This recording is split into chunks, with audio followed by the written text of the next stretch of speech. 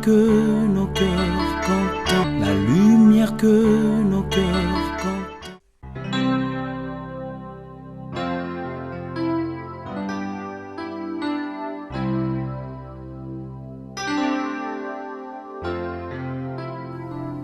Tu es le fidèle compagnon qui nous rassure dans le parcours, et c'est l'éclat de ta beauté qui éclaire le chemin de ma vie.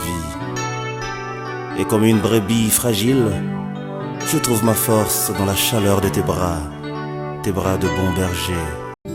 J'écouterai ce que dit Dieu, car il est droit pour qui l'écoute. Bien-aimés dans le Seigneur, shalom, shalom. Que le Seigneur vous bénisse, que le Seigneur nous bénisse encore.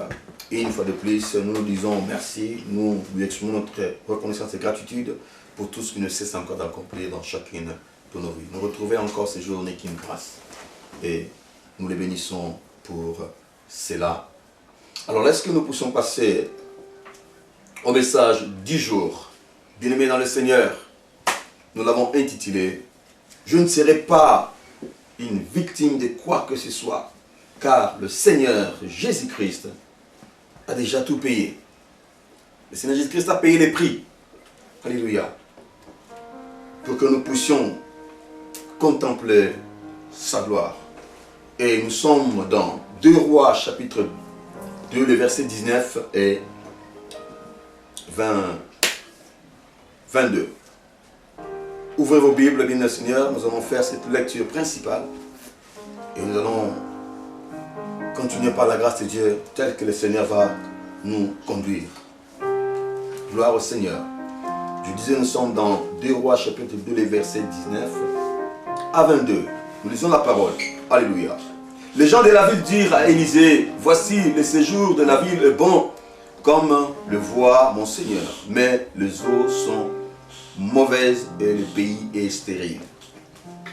Il dit, apportez-moi un plat neuf et mettez-y du sel. Et ils le lui apportèrent. Il alla vers la source des eaux et il lui jeta du sel et dit, ainsi parle l'Éternel, j'assainis ces eaux. Il n'en proviendra plus ni mort ni stérilité. Et les eaux furent assainies jusqu'à ce jour, selon la parole qu'Élisée avait prononcée. Alléluia. Amen. Gloire au Seigneur. Nous bénissons le Seigneur, bien-aimés, pour ce message que l'Éternel nous apporte encore ce jour. Bien-aimés dans le Seigneur, beaucoup de gens souffrent des fois des choses qu'ils ne connaissent même pas. Beaucoup d'entre nous sont juste des boucs émisseurs, des martyrs. Ils souffrent comme le pauvre innocent, ne sachant rien du tout. Mais qu'est-ce qu'une victime? Une victime est une créature qu'on offre en sacrifice. Une personne qui subit les injustices de quelqu'un d'autre. Personne punie injustement sans être l'auteur du mal reproché ou commis. Victime de, personne tuée ou blessée. Une personne qui est tuée ou blessée par une catastrophe. Oui, ça peut être une catastrophe naturelle, tout comme une catastrophe commise par erreur humaine. Les sinistrés, les événements qui peuvent se produire, les événements qui se produisent, ils sont victimes de quelque chose que d'autres ont fait. Être victime, c'est subir à la place d'une autre personne les conséquences qui auraient découlé des faits qu'ils ont commis. Dieu est bon, Dieu est merveilleux. Voilà un peu comment nous pouvons expliquer ce mot victime. Et là, notre thème est je ne serai pas victime de quoi que ce soit, car le Seigneur Jésus-Christ a déjà payé les prix. Puisqu'on dit qu'une victime, un sacrifice. Le sacrifice, c'est ce que l'on donne à la place d'eux. Alléluia. Pour pouvoir compenser. Dieu est bon. Dieu est merveilleux. Oui, je ne serai pas une victime des fautes ou des erreurs que d'autres personnes ont commises. En tout cas, pas moi. Je ne pense pas que tu l'aurais souhaité, mon frère, ma soeur. Être une simple victime ou une proie. Subir les conséquences d'autres. Personne d'entre nous ne pourra l'accepter. Oui. D'autres personnes ont fait l'air, excusez-moi le terme, les bêtises, disons, les erreurs, peut-être pour atténuer. Et toi, tu viens pour pouvoir payer pour leurs crimes. Non. Je ne subirai pas les conséquences des erreurs ou du péché d'autres personnes. Non. Même en Israël, l'Éternel Dieu avait dit à un moment, l'âme qui pêche, c'est celle qui mourra. Le fils ne portera pas l'iniquité de son père, et le père ne portera pas non plus l'iniquité de son fils. La justice du juge sera sur lui, et la méchanceté du méchant sera sur lui. Tel avait résolu le Seigneur à un moment en Israël. Et on ne parlera plus de cet adage qui pouvait dire que les pères ont mangé des raisins verts et les dents des enfants en ont été agacées. Non, l'âme du père et celle du fils appartiennent, dit le Seigneur. L'âme du père comme du fils appartient au Seigneur. Toutes nos âmes appartiennent au Seigneur. Alléluia. Alors si quelqu'un commet un acte, il répondra par rapport à ses œuvres. Mais, bien-aimé, ici il est question de la victimisation des enfants d'Israël, des habitants de Jéricho. Les gens de la ville dirent à Élisée, voici le séjour de la ville est bon, comme le voit mon Seigneur. Mais les eaux sont mauvaises et le pays est stérile. Bien-aimés en Christ, je disais ici le dimanche dernier, je pense, que nous avons des problèmes, mais nous sommes aussi distraits.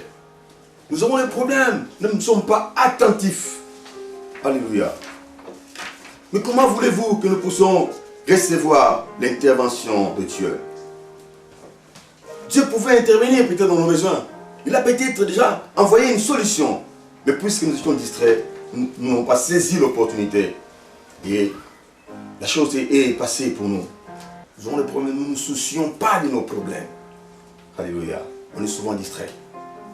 Je parlais du patriarche Abraham ici, le dimanche dernier je pense, qui avait un problème sérieux, il n'enfantait pas. Mais comme il était attentif, à un moment le Seigneur avait envoyé des anges. Le Seigneur nous a envoyé des anges qui pouvaient passer. Mais prophétique qu'il était, il a regardé, il a compris que ces gens ne passeront pas comme cela. Il les a invités à venir chez lui. Et ces hommes sont venus chez le patriarche Abraham. On a fait comme dans le temps il faisait. On leur a lavé les pieds comme il faut. On a pris soin d'eux. Et c'est alors à la fin, et après avoir mangé et bu, c'est là qu'il a reçu la promesse d'Isaac. Alléluia. Les fils de la promesse. Et ici c'est pareil. Les gens de la ville ont vu l'homme de Dieu. Et pas n'importe quel homme de Dieu. Bien-aimés dans le Seigneur, ici il s'agit d'Élisée qui était fils spirituel du prophète Élie. Et pas n'importe quel prophète aussi, je dis bien le prophète Élie. Lui qui avait défié les prophètes de Baal en invoquant le feu. Alléluia. Et lui, Élisée, son fils, en ce moment, il venait de recevoir le manteau de son père spirituel. Vous connaissez l'histoire, je vais vous épargner les détails. Quand il devait être enlevé, le fils s'est accroché à lui. Il partait, il a dit de l'autre côté, reste ici, je m'en vais. Il a dit non, non, non, ton âme est vivante, je ne te laisserai pas. Il poursuivait l'homme de Dieu derrière, jusqu'à ce qu'ils sont arrivés devant le Jourdain. L'homme de Dieu Élie avait pris les manteaux avec lesquels il a séparé les Jourdains. Ils ont traversé. Et il lui a supplié de pouvoir rester. Il a dit non, je ne resterai pas. Mais alors, que veux-tu alors? Qu'est-ce que tu veux? Non. Il dit, mon Seigneur, je veux de doubles portions de ton esprit sur moi. Il va dire non, fils, ce que tu demandes là est trop sérieux. Est trop sérieux.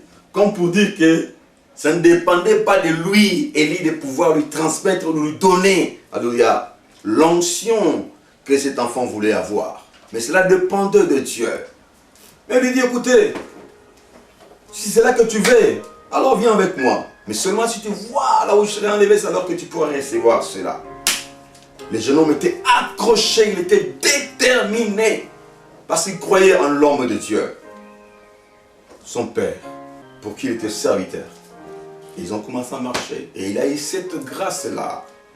Bien aimé, quand le Seigneur a appelé son serviteur, quand Élie est monté, les manteaux, alléluia, il n'a pas voulu, ce n'est pas un enseignement, nous allons parler d'enseignement des serviteurs, on en parle. Bien aimé Seigneur, Élie n'a pas voulu laisser son manteau à cet enfant, mais tellement que l'enfant était déterminé, il a vu, alléluia, il avait un cœur sincère. Et l'Éternel Dieu voyait cela. Parce que c'est Dieu qui donne les manteaux. Ce n'est pas un homme qui donne. C'est Dieu qui donne l'onction. Ce n'est pas un homme de donner l'onction. Non, l'onction nous vient de Dieu. C'est Dieu qui nous oint. Alléluia. Et l'enfant a vu son père enlevé. Il cria, mon père, char d'Israël et sa cavalerie. Alléluia. Jésus. Et il pouvait monter au ciel. Et les manteaux traînaient jusqu'à tomber sur l'enfant. C'est là que le jeune homme a saisi ses manteaux. Et même cette histoire s'est passée après que cet enfant, le prophète Élie était monté dans le ciel. Il est retourné. Et pendant qu'il est rentré lui aussi devant Jourdain, il ne savait quoi faire. Il cria, où est le Dieu de mon père?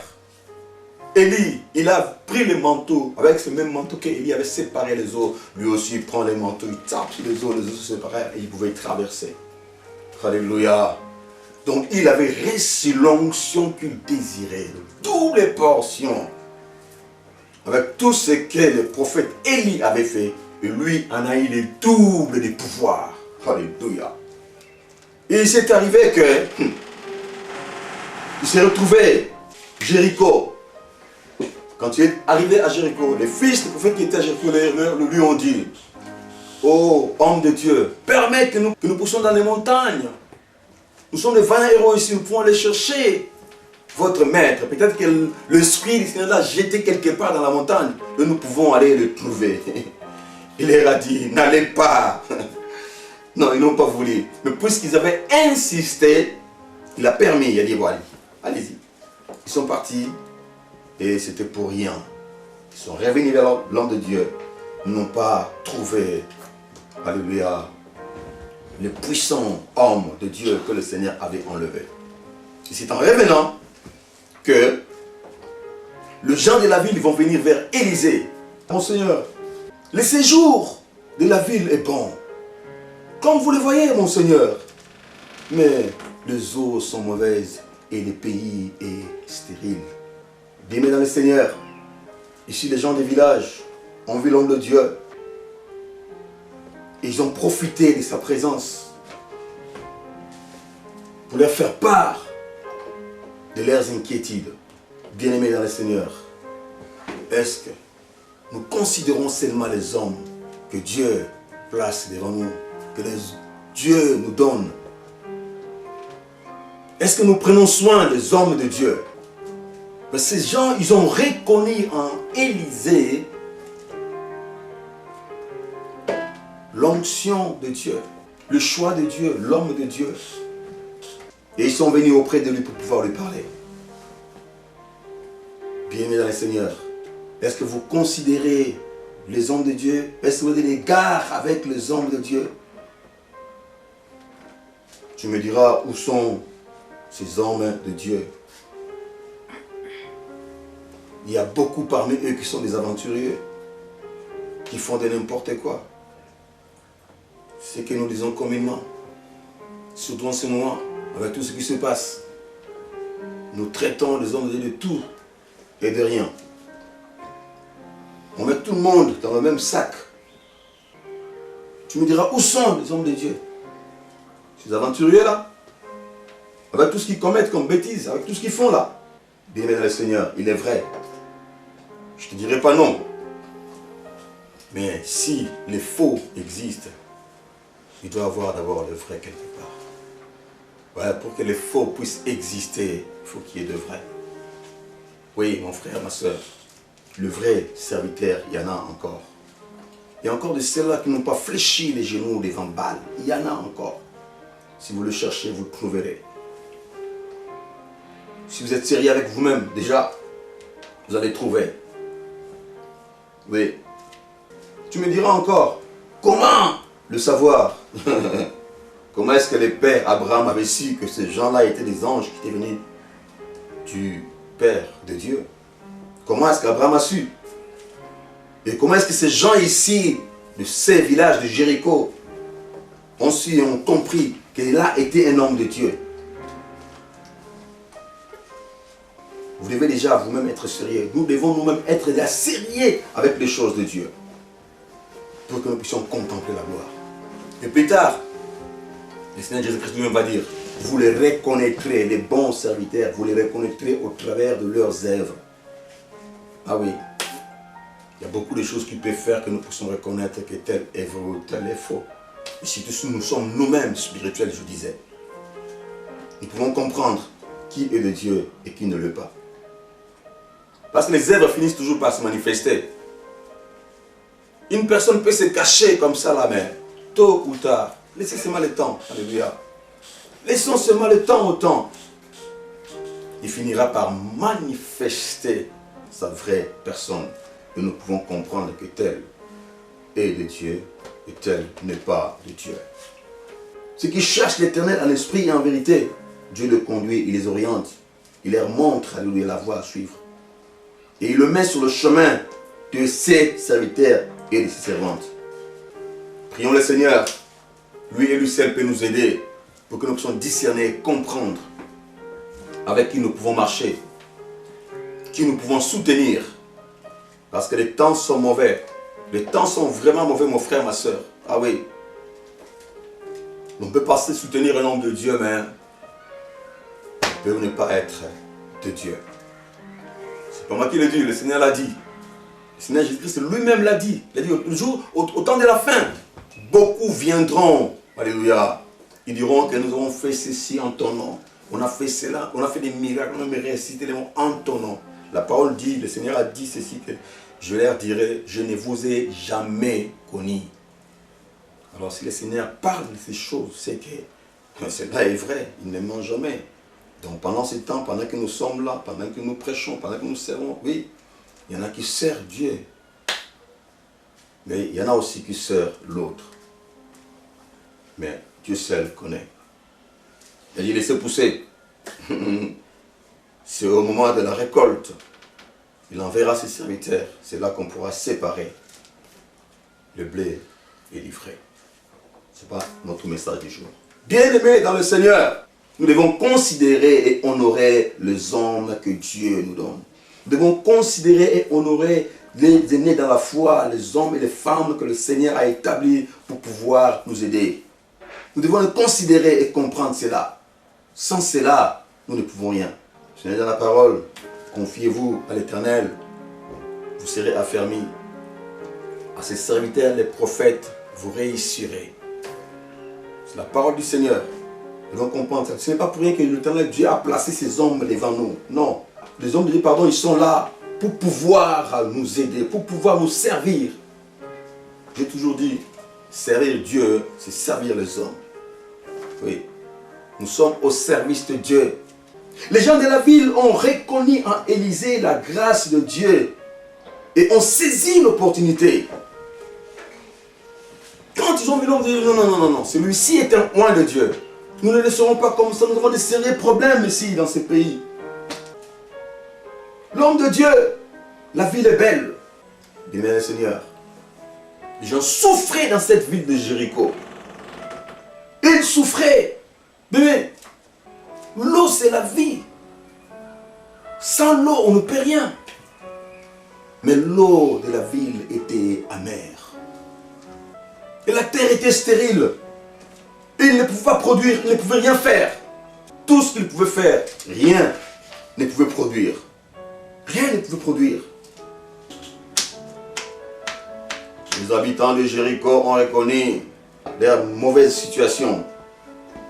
Mais quand ils ont vu l'homme de Dieu, ils se sont approchés de l'homme de Dieu et lui ont fait part de toutes ces choses. Bien-aimé Seigneur, commencez d'abord par reconnaître son mauvais état. Et c'est là le début de la délivrance. Quand on reconnaît d'abord son mauvais état, quand on reconnaît d'abord sa situation, c'est alors que, bien aimé, la délivrance commence. Dans ta vie, mon frère, ma soeur, tu ne reconnais pas ce que tu es. Si tu ne reconnais pas ce que tu as à dire, si tu ne reconnais pas tes défauts, bien aimé le Seigneur, si tu ne reconnais pas tes erreurs, tu ne pourras pas t'améliorer. Alléluia. Reconnaître d'abord son état, son mauvais état, je pouvais dire, et déjà les débits et la délivrance. Ils ont reconnu leur état, mais ils ont vu la présence de l'homme de Dieu, pardon. Ils sont allés vers l'homme de Dieu. Je disais, reconnaître c'est bien, mais ne t'arrête pas seulement au niveau de constats. Tu peux faire un constat aujourd'hui, tu fais un constat, oui, que ta vie est amère et que les choses ne marchent pas dans ta vie. Oui, il est bien de remarquer, de le dire. Mais qu'est-ce que tu fais maintenant? Ne t'arrête pas à ce niveau-là. Ils ne se sont pas limités seulement à constater, mais ils ont profité de la présence de l'homme de Dieu. Ils lui ont fait part de leurs inquiétudes. C'était une opportunité à ne pas manquer. Je dis ici, Élisée va leur dire, apportez-moi un plan neuf et mettez-y du sel. Et ils le lui apportèrent. Alléluia. Il alla Dieu est bon. Il alla vers les eaux. Et il jeta du sel et dit, ainsi parle l'Éternel, j'assainis ces eaux. Il n'en proviendra plus ni mort ni stérilité. Et les eaux firent assainies jusqu'à ces jours, selon la parole qu'Élisée avait prononcée. Alléluia. Ils ont parlé à l'homme de Dieu. Qu'est-ce que l'homme de Dieu a dit? Oui, apportez-moi un plan neuf, mettez-y du sel. Et il est parti vers la source. Alléluia. Le commencement, le début, là où l'eau pouvait sortir. Bien-aimé dans le Seigneur, l'homme de Dieu a demandé ceci et il est allé à la source. La source ici est l'origine du problème. Pour pouvoir apporter les problèmes, pour traiter les problèmes, bien-aimé dans le Seigneur, il faut le prendre à sa source et apporter la solution. Écoutez, les problèmes de la ville de Jéricho dataient depuis Josué, bien dans le Seigneur. Aller à la source, c'est ça. Les problèmes de Jéricho dataient depuis la conquête de la ville de Jéricho. Jéricho n'était pas une ville stérile. Non. Jéricho faisait partie de Canaan. Le pays où coule le lait et le miel, le pays que Dieu avait promis à Abraham pour ses descendants. Et Jéricho était un beau et un bon pays. Et quand même les enfants d'Israël étaient venus pour pouvoir conquérir, les Égyptiens étaient partis. Ils ont visité la ville, ils ont vu comment est-ce que la ville était belle. Ils ont pris les fruits de la ville. Ils ont confessé, non, c'est vraiment un beau pays. Où coule le lait et le miel. Ils avaient rapporté même des fruits. Regardez même les fruits. Regardez les fruits que nous avons ramenés de ce pays. Jéricho était un pays béni de Dieu. C'était un pays qui était bien bon. Mais c'est seulement à la conquête C'était à la conquête de Jéricho que Josué avait prononcé des paroles. Jéricho était une ville qui était barricadée. Alléluia. Et pour le conquérir, les enfants ont souffert. Ils ont souffert pour conquérir Jéricho. Vous pouvez lire dans Josué chapitre 6. Je vais prendre les détails. Quand Israël devait conquérir Jéricho, Dieu a dit à son serviteur, écoutez, vous allez tourner chaque jour une fois, pendant 6 jours. Le 7e jour, vous tournerez 7 fois la ville de Jéricho qui était barricadée et vous pousserez un cri à la 7e fois. Et quand vous crierez, les murailles vont tomber et vous pouvez entrer dans Jéricho. C'est ce qui s'était passé. Israël à la conquête, ils ont fait ce que le Seigneur avait dit au travers de son serviteur, Josué. Et quand ils sont rentrés, alléluia, Josué leur avait dit, tout était dévoué à l'interdit. À part de l'or, des reins, tout ça là, ils ont pris ça pour mettre dans le coffre pour servir avec. Ils ont dit, tout ce qui reste devait être dévoué à l'interdit. Tout Jéricho. Juste une personne qui a été, une famille qui était épargnée, c'était la famille de Rahab, la prostituée. Lui qui avait préservé les espions. Lui qui avait gardé les espions. On l'avait promis que non, le jour où nous viendrons pour conquérir la ville, nous allons vous épargner, vous et toute votre maison. Lui et la maison de son père étaient épargnés. Mais tout le reste était dévoué à l'interdit. Les animaux, les bonheurs, tout ce qu'il y avait dans la ville, était dévoué à l'interdit. Et il avait prophétisé en disant, maudit soit celui qui se mettra à pouvoir rebâtir cette ville. Il en payera au prix. Je voudrais que nous puissions lire cette parole. Dieu est bon. Dieu est merveilleux. Josué chapitre 6, je disais. Oui. Le verset 26, écoutez ce qui est dit. Ce fut alors que Josué jura en disant, maudit soit devant l'Éternel l'homme qui se lèvera pour rebâtir cette ville de Jéricho. Il en jettera les fondements au prix de son premier-né et il en posera les portes au prix de son plus jeune. Alléluia. Voilà d'où provient la malédiction de cette ville. C'était quand Israël rentrait, alléluia. Ils ont combattu que Josué avait prononcé ces paroles. Et c'est ces paroles-là qui liaient la ville. La ville ne pouvait rien faire. Les gens de la ville ne pouvaient rien faire. Il est vrai, je vous parle. Et quand ils ont rebâti, celui qui avait rebâti la ville, il a perdu ses 2 enfants, tel que l'homme avait prophétisé. Et cela était resté ainsi. Mais il y a eu des générations et des générations qui ont été nées, qui ont resté dans cette vie, qui n'avaient pas ces informations. Oui, mon peuple périt faute de connaissances.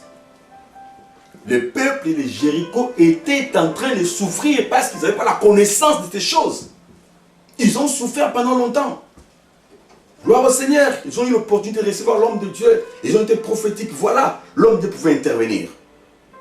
Je disais, Jéricho, pardon, n'était pas une terre maudite. Mais c'était par rapport à ce que l'homme de Dieu avait prononcé. Mon frère, ma soeur, qu'est-ce qui a été dit à ton égard? Quelle parole qui a été prononcée à ton égard? La vie de l'homme, ce n'est pas là où tu te trouves. L'Eldorado pour toi, mon frère, ma soeur, n'est pas ici, parce que tu te trouves ici, en Europe ou en Amérique ou je ne sais où, que tu peux trouver ton bonheur. Non. Le bonheur dépend de qui tu es. Qu'est-ce qui est dit à ton sujet? Mon frère, qu'est-ce qui est dit à ton sujet? Ma soeur, qu'est-ce qui est dit à ton sujet? Alléluia. Il est vrai, avant que nous naissions en Christ, bien Seigneur, nous sommes nés dans des familles compliquées. Les familles qui ont été sacrifiées par-ci, par-là. Nos ancêtres, nos arrière-grands-parents ont fait des choses. Et ils ont sacrifié des familles. Il y en a qui ont sacrifié la progéniture. Il y en a qui ont sacrifié leurs filles. Il y en a qui ont sacrifié les hommes. En disant non, chaque fille qui naîtra ici ne pourra pas se marier. Ça existe en Afrique. Et les garçons qui naîtront ici ne pourront pas travailler. Peu importe les études faites, ils ne pourront pas réussir. Mais nous avons subi des sorts parce que nous sommes nés dans telle famille. Il y a des pays aussi qui ont été sacrifiés. Il y a des choses qui ont été dites sur le pays. Et parce que nous sommes originaires de tel pays, parce que nous sommes originaires de telle famille, parce que nous sommes originaires de tout ce qui a été dit par rapport, nous suivent, nous collent à la peau. Alléluia. Qu'est-ce qui a été prononcé à ton égard? Je ne sais pas, peut-être dans ta famille. Ou qu'est-ce qui a été dit par rapport à ton pays d'origine? On ne sait jamais. Et voir même ici où nous vivons. Ici où vous êtes, là où vous vivez, qu'est-ce qui est dit par rapport à la ville, au pays où vous habitez? Vous connaissez? Vous avez la révélation de la ville où vous vivez, la révélation du pays, de la famille, de l'endroit où vous êtes. Avez-vous la révélation? Ces peuples ont souffert. Ils ont souffert, alléluia, pendant très longtemps. Mais quand l'homme de Dieu est venu, il est allé, il a demandé un plat. Alléluia, on a mis du sel. Avec ce plat, il est allé à la source. Et il a lui aussi prononcé des paroles. Il a lui aussi prononcé des paroles. Tu es bon. Dieu est merveilleux. Il alla vers la source des eaux et il y jeta du sel et dit: ainsi parle l'Éternel, j'assainis ces eaux, il n'en proviendra ni mort ni stérilité. Et les eaux firent assainies jusqu'à ce jour, selon la parole qu'Élisée avait prononcée. Il disait, quelle parole a été prononcée par rapport à ta vie, dans ta famille, dans votre lignée? Qu'est-ce qui a été prononcé? Qu'est-ce qui a été dit? Tu me diras peut-être, oh homme de Dieu, mais il est écrit, celui qui est né en Christ est une nouvelle créature, voilà que toutes choses deviennent nouvelles. Oui, cela est vrai. En Christ, nous naissons de nouveau. Nous devenons une nouvelle créature. Oui, c'est vrai. Mais je le disais tantôt ici, mais dans les familles où nous sommes nés respectivement, il y a des choses qui ont été faites. Oui, quand nous recevons le Seigneur Jésus-Christ, oui, cela vient effacer, ça nous sanctifie, nous purifie, nous lave. Mais le problème est que comment est-ce que nous nous comportons après? Une fois que nous sommes en Christ, une fois que nous sommes dans le Seigneur, est-ce que nous sommes enracinés en Christ? Est-ce que nous écoutons le Seigneur? Est-ce que nous sommes véritablement enfants de Dieu? Est-ce que nous marchons selon la volonté du Seigneur? Mais le problème n'est pas là. Reçois Christ, oui c'est vrai. Vous le recevez Christ, il rentre en vous. Et donc pour la délivrance, il est dit, quand le Seigneur rentre dans un cœur, dans une vie, il chasse, il délivre la personne. Les esprits méchants, ils partent, ils sortent. Mais qu'est-ce que la parole nous dit? Les esprits méchants, ils partent, ils errent, par-ci, par-là. S'ils ne trouvent pas l'endroit où ils peuvent habiter, ils reviennent voir là où ils habitaient, voir si la maison est ornée et que la maison est occupée ou pas. S'ils reviennent voir que la maison est bien ornée, bien nettoyée, bien bon, mais il n'est occupé par personne, il n'est occupé par rien. Et la parole dit qu'ils repartent, ils cherchent encore, alléluia, les esprits méchants. Et l'état de la personne revient, donc, encore plus pire que ce que la personne était auparavant. Voilà ce que nous parle de Dieu. Le Seigneur, nous le recevons, il rentre en nous, il nous purifie, il nous délivre. Oui, nous sommes délivrés dans le Seigneur. Mais il est question que nous puissions demeurer dans le Seigneur. Et que nous puissions marcher en écoutant, en observant la parole de Dieu. C'est seulement comme ça que nous pouvons conserver notre délivrance. Et que l'ennemi ne peut pas encore s'immiscer en nous. Mais quand nous croyons en Christ, nous venons au Seigneur. Et que nous nous laissons comme ça, sans pourtant remplir notre cœur, notre esprit de Dieu. Nous ne prenons pas le temps de pouvoir mettre, alléluia, le spirituel en nous. Pour que nous puissions grandir, pour que nous puissions croître.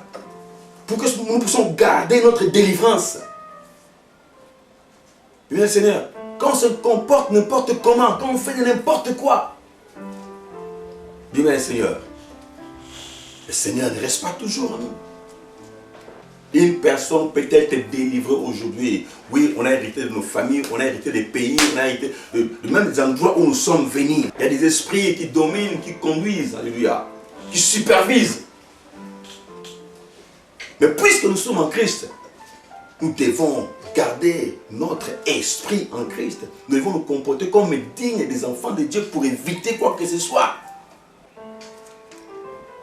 Parce que si nous nous laissons à faire n'importe quoi, à nous comporter n'importe comment, nous ne pouvons pas contempler la gloire de Dieu. Et les mauvais sorts qui ont été dits par rapport à notre lignée de famille vont nous rejoindre. Ah oui, c'est comme ça, bien-aimés dans le Seigneur, que les gens se retrouvent encore dans des choses passées.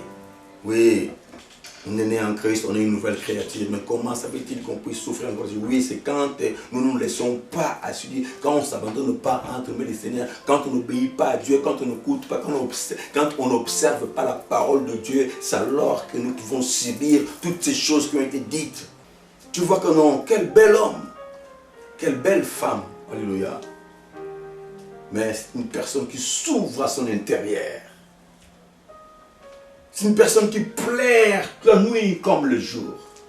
En présence de gens, il est bien, il est bon, vous pouvez l'apprécier. Mais quand tu le scelles, alléluia, bien aimé, vous ne savez pas ce que les gens en disent. C'est juste l'aspect extérieur, l'apparence. C'est l'apparence qui est bien, c'est l'apparence. Vous devez avoir une belle femme, un bel homme bien battu. Alléluia, l'homme regarde ce qui frappe à l'œil. Chez nous on dit, Libanda, ils ont quantité. Tu regardes la personne en train de passer comme ça, tu l'admires, tu peux l'apprécier de l'extérieur. Seigneur, tu as la moi si. Tu as les moi si, c'est quand on fait Jésus. Mais Libanda, ils ont wapi. Alléluia. Tu regardes la fille comme ça, tu te dis, waouh, quelle belle créature. Tu bénis le Seigneur. Mais l'âge est avancé. Toujours dans la maison familiale. Alléluia. Tu regardes comme ça un jeune homme. Alléluia. Qui s'est tout donné pour pouvoir faire ses études. Avec beaucoup de diplômes, beaucoup de connaissances. Mais il n'y a pas de travail. Alléluia. Jésus. Beaucoup de gens, pour nous, particulièrement, excusez-moi, nous venons de très loin. Il y en a qui ont payé le prix de leur vie. Il y en a qui ont traversé des mers. Quand on voit, quand on s'informe aujourd'hui, comment les gens payent le prix, c'est donc ils se coupent en 1000 morceaux juste pour pouvoir traverser. Ils traversent des océans, ils traversent des mers. Au risque, au péril de leur vie. Croyant trouver l'Eldorado, le pays des bonheurs. Beaucoup risquent leur vie. Croyant venir trouver l'Eldorado, je disais, le pays de merveille, le pays d'abondance, le pays des délices. Où ils peuvent trouver les bonheurs. Les bonheurs tant entendus. Mais beaucoup sont là. Ils sont retrouvés là peut-être ils voulaient. Après avoir payé le prix de risquer leur vie, ils arrivent. Mais où est ce bonheur? Où est ce bonheur? Ils n'en trouvent toujours pas. Mais le bonheur est où? On nous a parlé de l'Europe, de l'Occident, qui pouvait être notre terre promise, où coule le lait et le miel. Et voilà, avec le prix que je payais, j'ai tout donné. Il y en a qui ont tout vendu. Il y en a qui avaient peut-être des richesses, des bonheurs de là où ils étaient, mais non. Ils ont tout vendu, ils ont tout parce qu'ils voulaient seulement quitter là où ils étaient et trouver le pays du bonheur. Ils arrivent, alléluia, ils voient que oui, le pays est beau. Oh, que l'Europe est belle, l'Occident est beau. Mais comment s'en sortir? Comment s'en sortir? Beaucoup n'arrivent pas à s'en sortir.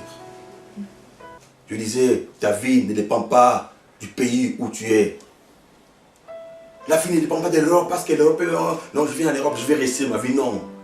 Beaucoup de gens ont payé. Alléluia. Beaucoup de gens ont quitté leur ville, leur pays d'origine. Ils ont traversé les mers des océans. Alléluia. Pour trouver le bonheur, je disais. Ils n'en ont pas trouvé. Beaucoup même ont laissé leur vie. Bien-aimés dans le Seigneur. Comprenez ces choses. Ta vie dépend de ce qui a été prononcé par rapport à ta vie. Qu'est-ce qui est dit à ton sujet? Qu'est-ce qui est dit au sujet de ta famille? Je peux aller encore plus m'ajouter. Qu'est-ce qui est dit au sujet de ton pays d'origine, de ton pays d'accueil? Je me mets encore plus loin encore. La ville où tu habites, le lieu où tu habites, qu'est-ce qui a été fait? Tu connais? Qu'est-ce qui a été dit? Tu connais? Alléluia. Oh, que le Seigneur est bon, que le Seigneur est merveilleux. Bien-aimés dans le Seigneur, nous devons comprendre ces choses. Retenez ceci par rapport à cette introduction. Nous devons reconnaître d'abord notre état. Et quand on reconnaît notre mauvais état, nous ne restons pas bras croisés. Nous devons chercher la solution. Nous devons chercher comment est-ce que nous pouvons nous débarrasser de ces mauvaises choses. Et Dieu nous donne ses serviteurs et ses servantes. Nous devons considérer les hommes de Dieu. Nous devons considérer ceux-là que Dieu a établis, ceux-là que le Seigneur a mis devant nous. Très important. Nous devons écouter les hommes de Dieu. Je toujours dit, la parole de Dieu a dit, l'homme ne peut pas voir Dieu et vivre. Non. Dieu se manifeste toujours au travers des hommes et des femmes. Il y a des hommes et des femmes que Dieu a choisis, qu'il a oint, afin que les hommes puissent pouvoir contempler la gloire de Dieu. Alléluia. Le Seigneur est bon. Le Seigneur est merveilleux. Oui. Il y a des hommes que Dieu a établis, il y a des hommes que Dieu a oint, pour que nous puissions les consulter et contempler la gloire de Dieu. C'est Dieu qui agit, c'est Dieu qui bénit. Dieu, par sa souveraineté, il peut te faire du bien comme il veut, oui, quand il veut. Mais Dieu passe aussi par ses serviteurs et ses servantes pour pouvoir bénir la vie de beaucoup. Que Dieu vous bénisse, que Dieu vous garde en paix. Si le Seigneur ne revenait pas encore, nous nous retrouvons mercredi pour notre culte d'intercession. Et le dimanche prochain, nous allons continuer à adorer, louer et élever le Seigneur et continuer le message. Que Dieu vous bénisse, que Dieu vous garde en paix. Soyez en paix, soyez tranquilles. Comprenez dans quel temps nous sommes. Méditez la parole de Dieu. Écoutez la parole de Dieu.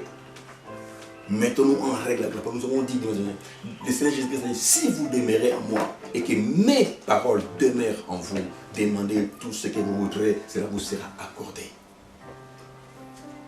Bien-aimé Seigneur, Dieu ne peut pas nous refuser quoi que ce soit. Seulement, nous devons nous mettre en conformité avec sa volonté. Que Dieu vous bénisse. Alléluia. Que Dieu vous garde en paix. J'aimerais que nous puissions prier.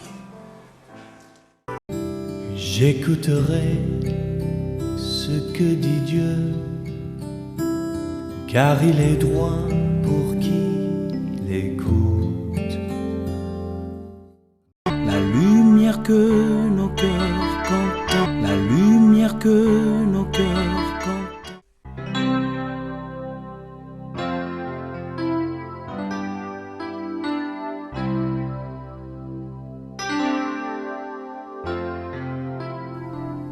Tu es le fidèle compagnon qui nous rassure dans le parcours, et c'est l'éclat de ta beauté qui éclaire le chemin de ma vie. Et comme une brebis fragile, je trouve ma force dans la chaleur de tes bras de bon berger.